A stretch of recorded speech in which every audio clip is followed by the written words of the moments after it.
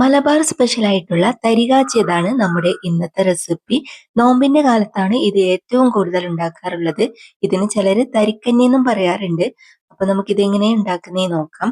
ആദ്യം നമുക്ക് റവ ഒന്ന് വറുത്തെടുക്കണം. ഞാനൊരു 3 ടേബിൾ സ്പൂൺ റവ എടുത്തിട്ടുണ്ട്. അപ്പൊ അത് പാത്രത്തിലേക്ക് ഇട്ടതിന് ശേഷം നമുക്ക് ഇതൊന്ന് റോസ്റ്റ് ചെയ്തെടുക്കാം. കുറേ സമയമൊന്നും വറുക്കണ്ട കേട്ടാ, ചെറുതായിട്ടൊന്ന് വറുത്തെടുത്താൽ മതിയാവും. അതിനുശേഷം നമുക്കിത് മാറ്റി വെക്കാം. എന്നിട്ട് നമുക്കൊരു പാത്രം അടുപ്പിലേക്ക് വെച്ചിട്ട് അതിലേക്ക് നമുക്ക് ഒരു പാക്കറ്റ് പാൽ ഒഴിച്ചു കൊടുക്കാം. ഈ ഒരു പാക്കറ്റ് പാലിന് 3 ടേബിൾ സ്പൂൺ റവ കറക്റ്റ് അളവാണ് കേട്ടോ. അപ്പൊ നമ്മൾ പാൽ ഇതിലേക്ക് ഒഴിച്ചതിന് ശേഷം മധുരത്തിന് ആവശ്യമായിട്ടുള്ള പഞ്ചസാര ചേർത്ത് കൊടുക്കാം. അരക്കപ്പ് പഞ്ചസാര ഞാൻ ഇതിലേക്ക് ഇട്ട് കൊടുക്കുന്നുണ്ട്. ഇനിയിപ്പോ നമുക്ക് മധുരം ബാലൻസ് ചെയ്യാൻ വേണ്ടിയിട്ട് ഒരു നുള്ളു ഉപ്പും കൂടി ചേർത്ത് കൊടുക്കാം. എന്നിട്ട് ഇത് നല്ലപോലെ തിളച്ച് വരാൻ വേണ്ടിയിട്ട് വെയിറ്റ് ചെയ്യാം. പാൽ ഇതുപോലെ നല്ലപോലെ തിളച്ച് വരുന്ന സമയത്താണ് നമ്മൾ ഇതിലേക്ക് റവ ചേർത്ത് കൊടുക്കേണ്ടത്. അപ്പൊ ഇതാ ഞാൻ റവ ഇതിലേക്ക് ഇട്ട് കൊടുക്കുന്നുണ്ട്. കുറച്ച് സമയം നല്ലോണം തിളപ്പിച്ചെടുക്കുമ്പോഴേക്കും തന്നെ റവ നന്നായിട്ട് വെന്ത് വരും.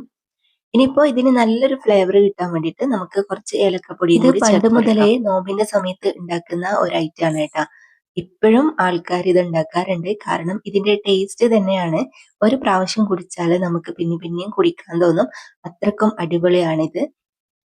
അപ്പൊ ഇതാ നമ്മുടെ റവ എല്ലാം നന്നായിട്ട് വെന്ത് വന്നിട്ടുണ്ട്. ഇനിയിപ്പോ നമുക്ക് ഒരു പാത്രം അടുപ്പിലേക്ക് വെച്ചിട്ട് ഇതിലേക്ക് കുറച്ച് നെയ്യ് ഒഴിച്ചിട്ടൊന്ന് ചൂടാക്കാം. നെയ്യ് ചൂടായിട്ട് വരുന്ന സമയത്ത് കുറച്ച് ഉള്ളി കട്ട് ചെയ്തിട്ട് കൊടുക്കാം.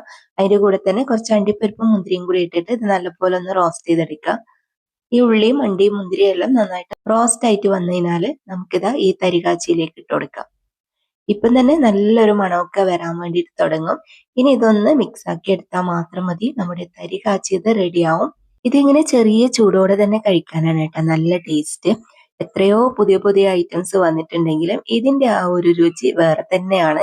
അപ്പൊ ഇതുവരെ ഇങ്ങനെ ചെയ്ത് നോക്കിയിട്ടില്ലെങ്കിൽ ഒരു പ്രാവശ്യമെങ്കിലും ഉണ്ടാക്കി നോക്കിയിട്ട് ഫീഡ്ബാക്ക് അറിയിക്കണേ. ഇന്നത്തെ ഈ ഒരു റെസിപ്പി നിങ്ങൾക്ക് എല്ലാവർക്കും ഇഷ്ടമായിട്ടുണ്ടാവും എന്ന് വിചാരിക്കുന്നു. വീഡിയോ ഇഷ്ടമായാൽ ലൈക്ക് ഷെയർ കമന്റും ചെയ്യണേ.